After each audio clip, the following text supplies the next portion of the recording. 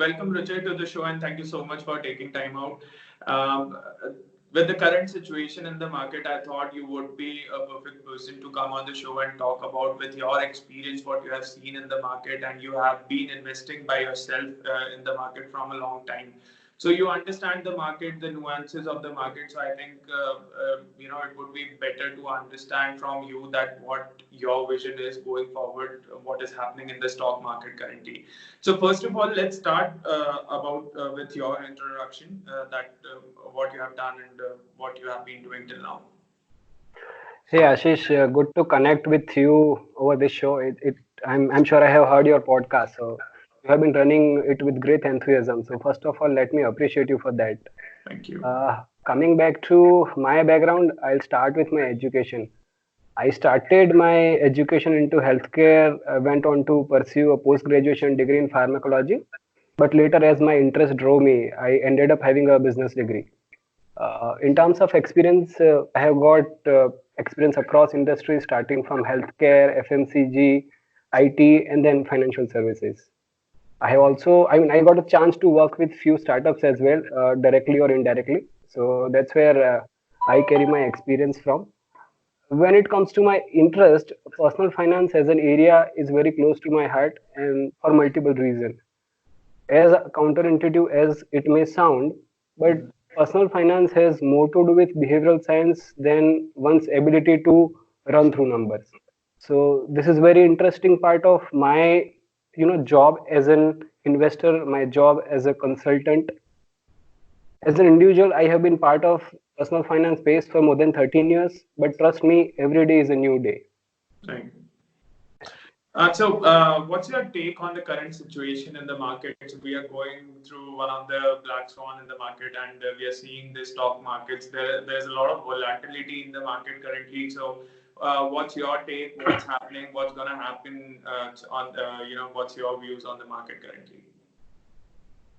So Ashish, current market situation is just like a roller coaster ride. If you are riding without any safety measures, you know you are not going to survive. You are going to regret it badly. But if you are able to successfully complete the ride, you know the joy of it. So current market situation is just like that. The moment you enter to a roller coaster ride, you need to listen to the instructor before you start your ride. You need to follow his advice. Similarly, if you were to enter in the market in current volatile situation, what you need to do is you need to listen to your advisor. You need to read a lot. You need to understand the risk, and you need to plan for enough financial cushion if you land badly. So there'll be definitely an upside to current situation, but you may see a deep down, a deep U-turn. So it is just like a roller coaster.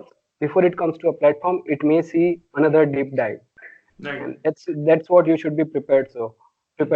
So you should focus on what you can handle, because roller coaster ride is not everyone's cup of tea, right? So you should focus on what you can handle, go at your own intensity, stay away from fear of missing out, and be in consultation with your financial advisor. That's the only thing I can advise on current market situation. Right. Coming back to the market condition, another black swan event, coronavirus is taking the market down, and the whole market is on a roller coaster ride, as you said. So, how has the market reacted to these events in the past? So, there have been these events in the past also, and as per your understanding and as per your knowledge, how has the market reacted before, and what do you see gonna happen in next few months? Yeah, Ashish, good question. I would beg to differ on the question that how market has reacted in the past. I would say we have not seen any such event in the past with similar condition. Yeah, we have seen economic downturns, we have seen economic crisis, we have seen probably epidemic uh, events also. But difference is huge. If we remember, I mean, as a millennial, if we go back to our days of 2008, it was a financial crisis which had its origin into creating multiple derivatives and further things. I mean, it's a paper-based crisis that we created. And when we talk about past epidemic events, we never had connected world that time. So even the impact of epidemic was limited, and the impact on business, because we were not as global as we are today. So I would say we did not have any past example to quote here. What we need to understand is, yes, this event is different, the business scenario is different. We cannot connect it to maybe plague or not even maybe 2008 crisis. So this is a totally different event, and we need to assess on the basis of individuality of the event. Okay. Now when we talk about the economic impact of this event, what we need to understand is it has got impact on human health. So it's a health health event, I mean health related event. It's a crisis on healthcare where people are struggling to survive. So the only parallel that I could draw with 2008 is, yes, there is an economic downturn, but differences are like the economic downturn, when it recovered, people were ready to spend. In this scenario, let's just imagine if I would have lost someone in my family.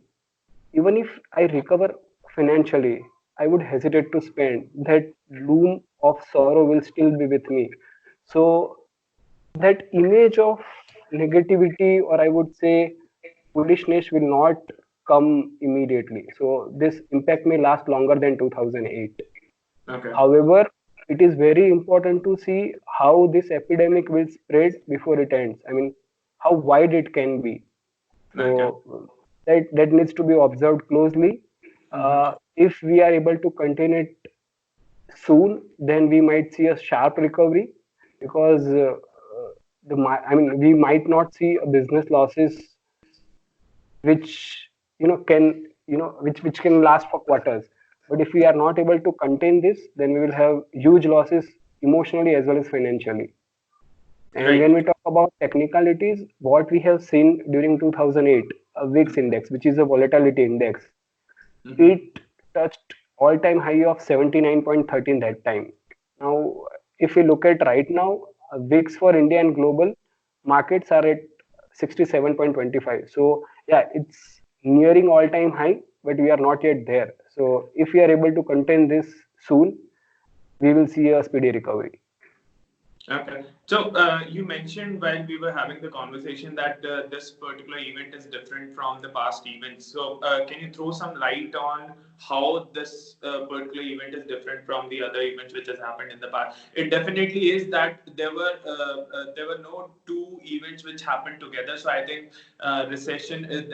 I was this was my another question to you, that there are a lot of global experts who are saying that the recession is almost there. We are already in it, and next few quarters will be very difficult for businesses.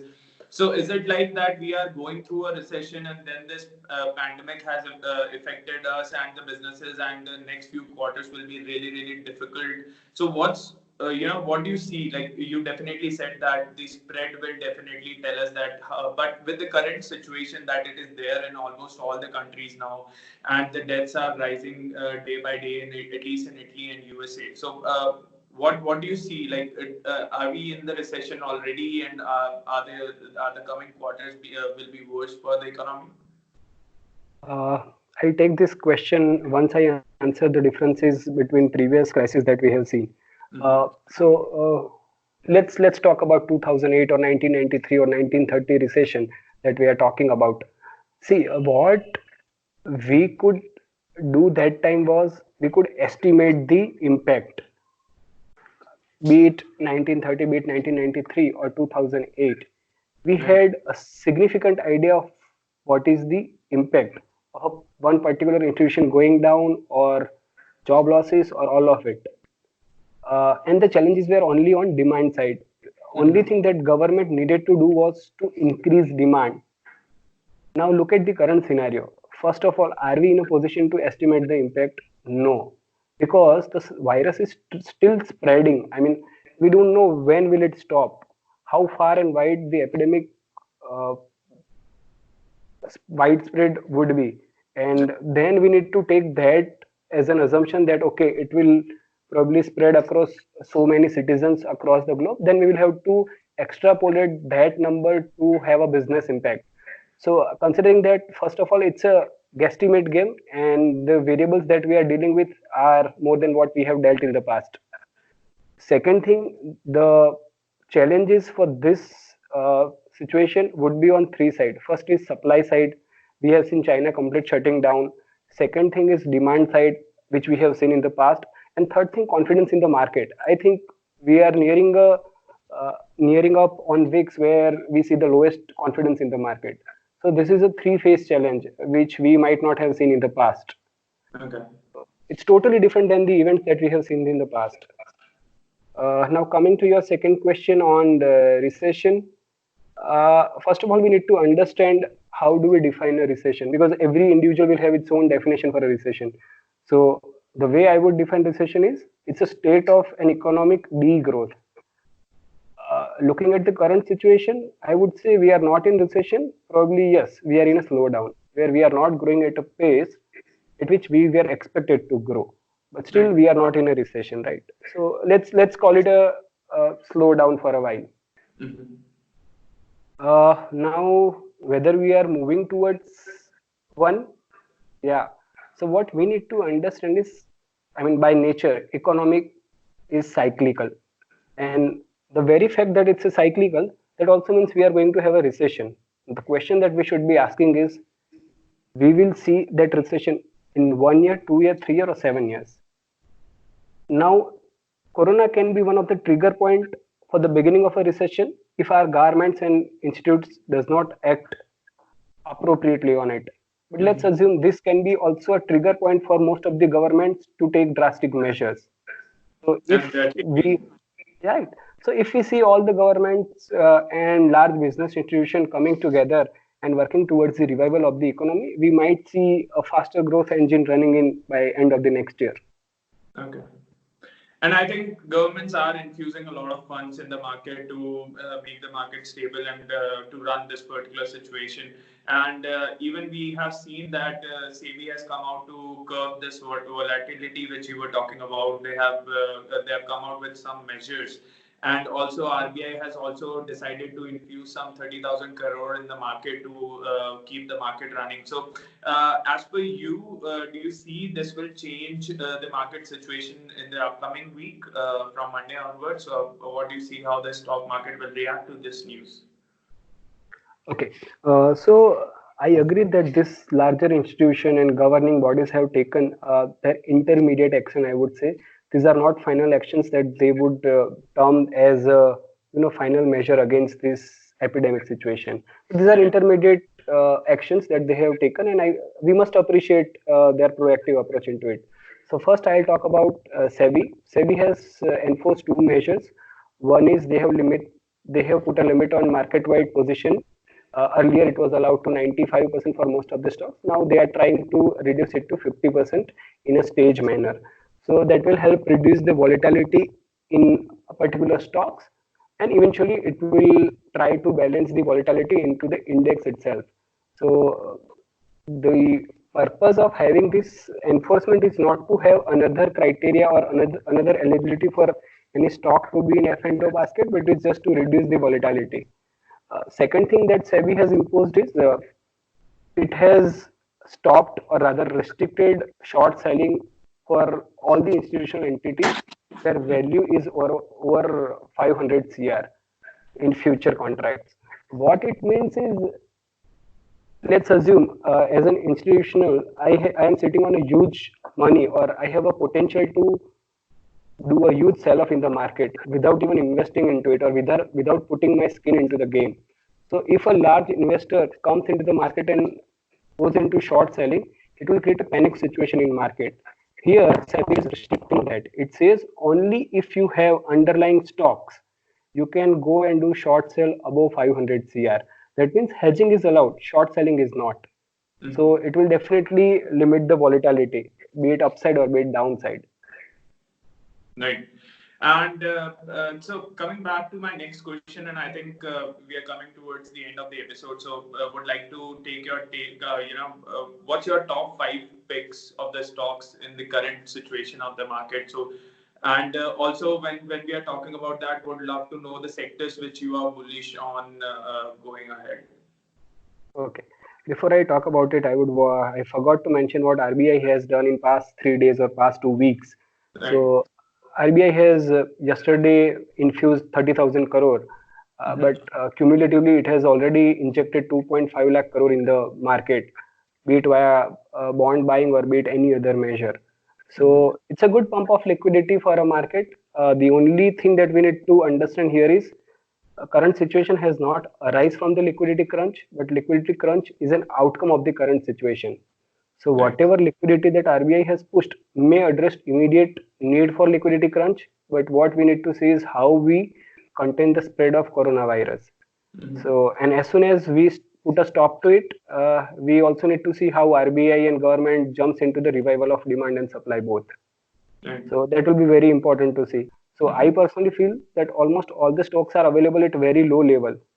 What we should pick is the stock which has got sufficient cash on the book to navigate the current situation, because we don't know whether the situation will be for a month, for a quarter, or for 6 months.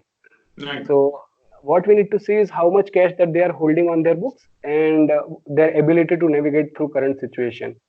If I were to invest, I would prefer a basket of blue chip stocks, and I might go with index ETFs, index funds, or blue chip funds. But I might stay away from individual stocks in current situation. Okay. Then again, if you have to pick five, if you can share that, that would be great. Like you mentioned three types, but in the blue chip stocks, if you have any of the favorites coming up and seeing that they are present at a very low rate currently. Almost all the stocks are trading at multi-year low, so that's where I get confused, right? And then every stocks or every industry will have their own time to get their demands and supply back. Right. So I am bullish on a sector, but I am not probably putting in my money in a particular stock currently. Okay. So, with any sector which you see would be gaining from this situation, current situation in the market, pharma is definitely one, but apart from pharma, any other sector which will definitely be benefited out of this situation? Yeah, so I'll start with healthcare as a sector. Healthcare as a sector should do well in next 2 or 3 quarters, because uh, it is just because of sheer demand, and probably they are running at the highest level of capacity utilization. So they should see good improvement in their margin at both top line and bottom line. A second sector for me would be interesting for all of us as well is FMCG, because most of the companies are low on their inventories, which means people have stocked up their goods. That also means consumer has already absorbed their inventory cost. Most of the companies are running at the lowest level of inventory because people has literally stocked up household items into their home. So virtually they'll be running on zero or almost zero inventory for next quarter, which means my inventory cost goes down and I should improve on my margin. Second aspect to look into it would be if most of the people are working from home or staying home because of shutdown, then they must be consuming more. Whether we talk about hand sanitizers or whether we talk about Maggies, noodles, I mean, consumption would be higher than a normal situation. Right. So I would say FMCG as a sector would be my second pick. Third pick would be logistic and supply chain companies. As soon as we return to normal situation, these companies would have a huge order book ready to take care of, because what other businesses need to ensure is continuous supply and continuous demand. Be Right. it supply or demand, these companies has to play a larger role.